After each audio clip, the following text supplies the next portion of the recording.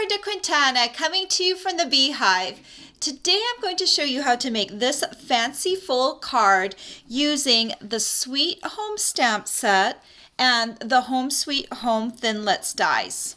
So this card is super cool because it's in the shape of a house. So when you open it up, it has this different sort of fold going on. And the Home Sweet Home Thinlits dies make it really cool because you can actually cut real windows into the card and then frame them up. So I'm going to show you how to make the fold, and I'm going to show you how to cut everything in so that the windows and door look straight on the card. To start off with, you're going to need your simply scored scoring board, and you're going to need a piece of cardstock. I'm going to use So Saffron, and I've cut this piece to 11 inches by 4 1/4 inches. And I'm going to put one of the long sides up at the top of my scoring board, and I'm going to score at the 5.5 inch mark, like you would do a normal card. Next, we're going to do a little something different to make the angle scores. So I've got a place marker set at 3 3/8 inches and 7 5/8 inches. And I'm going to take my stylus tool and I'm just going to make a little indent right at the top at both of those marks. And then I'm going to flip it to the other long side and do the same thing. Make a mark at the 3 3/8 inch mark and the 7 5/8 inch mark. And this way I don't have to erase any pencil lines. Then I'm going to take those marks and I'm going to line them up on my 6-inch score groove of my Simply Scored. I've darkened my score groove with a Sharpie to make lining up easier. So I'm going to take my first indent over here and line it up with the indent on the opposite side after it's crossed the score line. So let me just do that. Line it up on my blackened score line. And once I've got those two lined up, I'm going to score down along that score line. Like that. I'm going to do the same thing for the other side. Find my little indent on the one side and then the other indent on the other side. Once it looks good, I'm going to go ahead and score it. So if I hold this up to the camera here, you should be able to see your middle score line, and then it has an X through it. Then we can also use our Simply Scored to draw some pencil lines on here so we can line up our windows later. You'll also need a ruler and a pencil, and I'm going to take my ruler and put it along the 1-inch mark up top right here. I'm just going to draw a line along that 1-inch score groove. Then I'm going to move my ruler over to the 2.5-inch mark, and I'm also going to draw a line there. Then I'm going to turn my piece and I'm going to have the bottom up at the top right here, and I'm going to mark over 3/4 inch from either side. So if you have the bottom up here, you're going to be looking for the 3.5-inch mark, and you're going to draw a line right there just until it crosses over the other pencil lines. And then I'm going to do the same for the other side, 3/4 inch in on both sides, like that. And your piece should look like this at the bottom. Next, you're going to need a piece of Whisper White cardstock, and you're going to need a color that you would like to stamp your door in. In my case, it will be Dapper Denim. And I've got my door stamp already mounted on a B block. And I'm just going to ink that up and stamp it on Whisper White like that. Then I want to create a little banner that will go over top of my door. So I'm going to stamp that in crushed curry. So I've got my ink pad here. And I'm going to make this a welcome card. So I'm going to take the welcome stamp first and ink it up. And then I'm going to stamp my banner. Make sure you stamp your greeting first and then the banner because it's easier. I'm going to stamp this right in the center, my Whisper White piece. And then I'm going to come in with the same ink color and hover it over my welcome until it looks good. And then I'm going to stamp it down on top like that. Then you're going to need your Big Shot, and I'm going to use my magnetic platform because it makes lining things up easier. I've already got a cutting plate down on my surface, and I'll just put my second cutting plate on the side until I get everything set up. So the first things we're going to cut out are the door and the banner. So I'm going to use this banner die and I'm going to use the door die to cut out both of these pieces. So let me just center this over my welcome. And this door piece is only going to cut out 3 sides of my door, but then I'll be able to cut that last side really easily.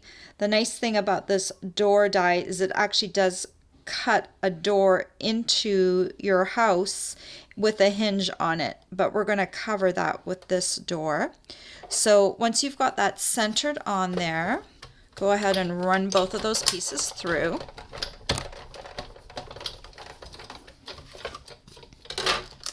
And so you've got your little welcome banner and you've got your door piece, and you'll notice that this door piece is still stuck to the cardstock, and you can just take a scissor and just cut along that other side, and that will cut out the door the rest of the way. Now while we have this scrap piece of Whisper white cardstock here, let's cut some window frames and take a little look at your dies, because there's 2 dies that will cut these rectangular windows.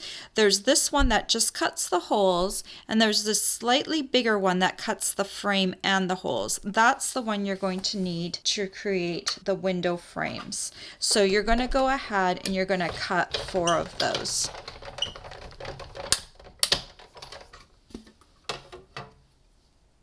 And you can just poke out the frame through one of these holes here, and it will come out like that. So you're going to go ahead and cut 3 more of those for this house. So the next thing you need to die cut are those little holes for your window, which makes the card look really cool. So I'm going to put my cardstock piece on here, and I'm going to take this little piece right here that just cuts the holes. And I'm going to center that piece on my cross, and once it's centered, then you can go ahead and cut it.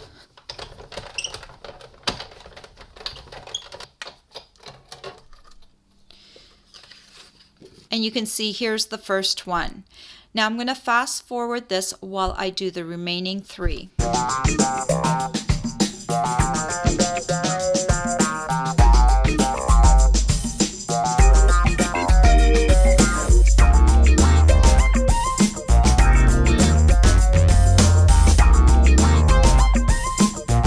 And there you go, all the window holes have been cut. Now we just need to cut the door. So I'm going to bring this rectangle in again, and this time I'm just going to make sure that the hinge is on the correct side, and I want my hinge to be on the left side. So on my piece I have this little Sizzix number stamped, and that is the side of my hinge. I hope that's the same for yours, and that way it will be a good way to remember it.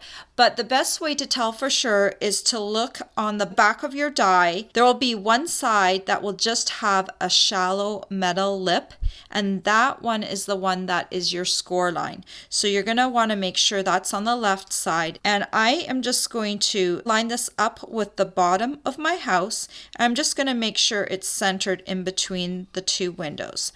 And when I like how that looks, I'll put it through the Big Shot.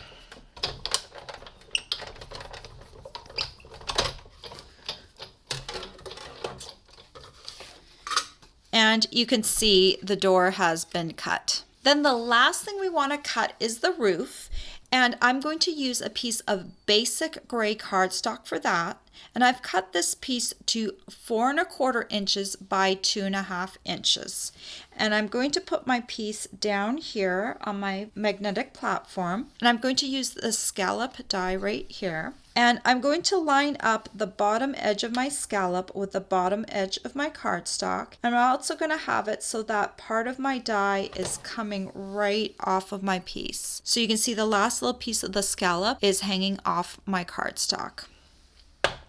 So when that looks good, then I'm going to put my second plate on, and I'm going to run it through the Big Shot. We're going to have to run this through twice to get it to look right. So here is my first scallop cut, You can see how that turned out. Now we just need to do that one more time. And you can just use your paper piercing tool to poke out this little scallop piece. And we don't need that piece. And then I'm going to come over here, and again, I'm going to make sure my scallops are lined up with the bottom of the cardstock. And then I'm going to make sure that these scallops overlap. So you can see this one's coming right up, and the die is actually covering where it's going up. And that will help to ensure that you get a nice looking scallop in the center. And then once that looks good, cover it up and run it through.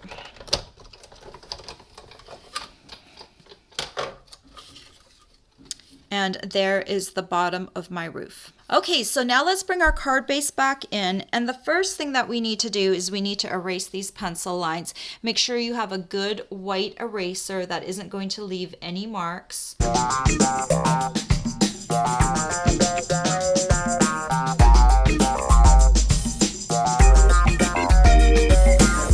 Okay, so now we just need to add the frames and the door to the front of our house, and I'm going to use some Tombow glue for that. Let's start with the window frames, and I'm just going to put just a little bit of Tombow on my little frames, and I'm going to glue each one over top of those window holes. I'm going to fast forward this part.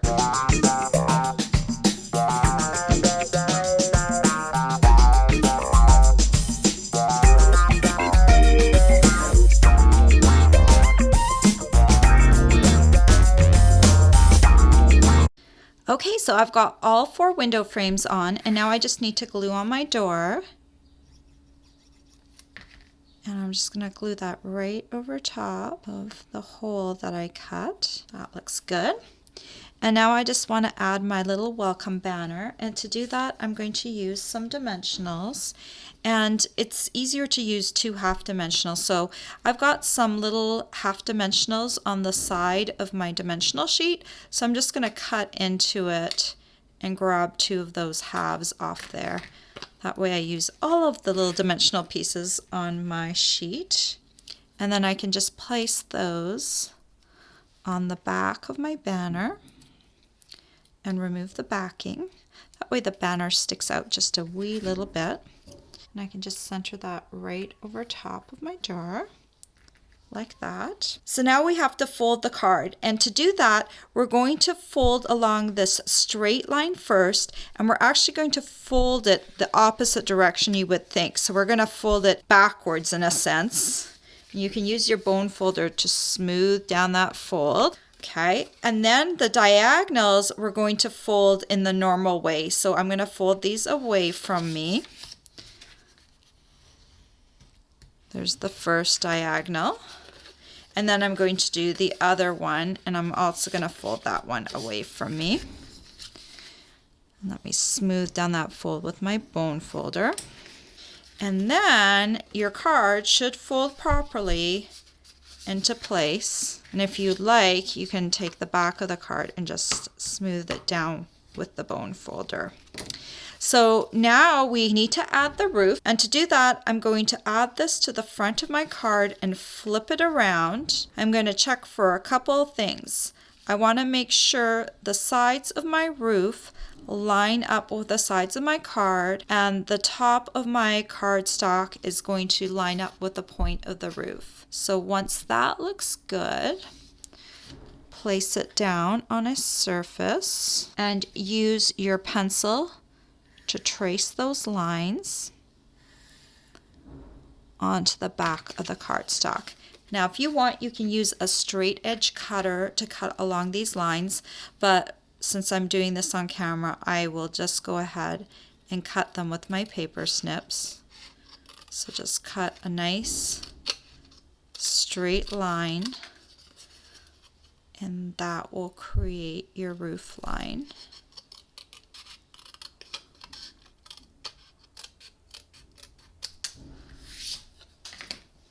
And then you can bring that around to the front of your card, and you can take some Tombow and put it on your roof piece and adhere it to the front of your card. Like that. And isn't that a cute house card? And you can do it in whatever color you like, and you can turn it into whatever card you like. You could make it into a birthday card, a thank you card, a Father's Day card, whatever you like. The cool thing about it too is when you're sitting it on a shelf, it's actually going to sit open like that, which is kind of an interesting looking card.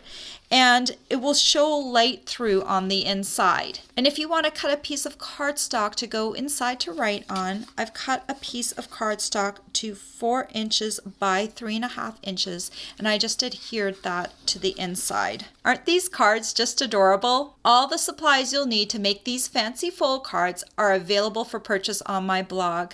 I hope you've enjoyed this tutorial. Bye for now. If you like this tutorial, be sure to check out all the free with purchase tutorials available on my blog.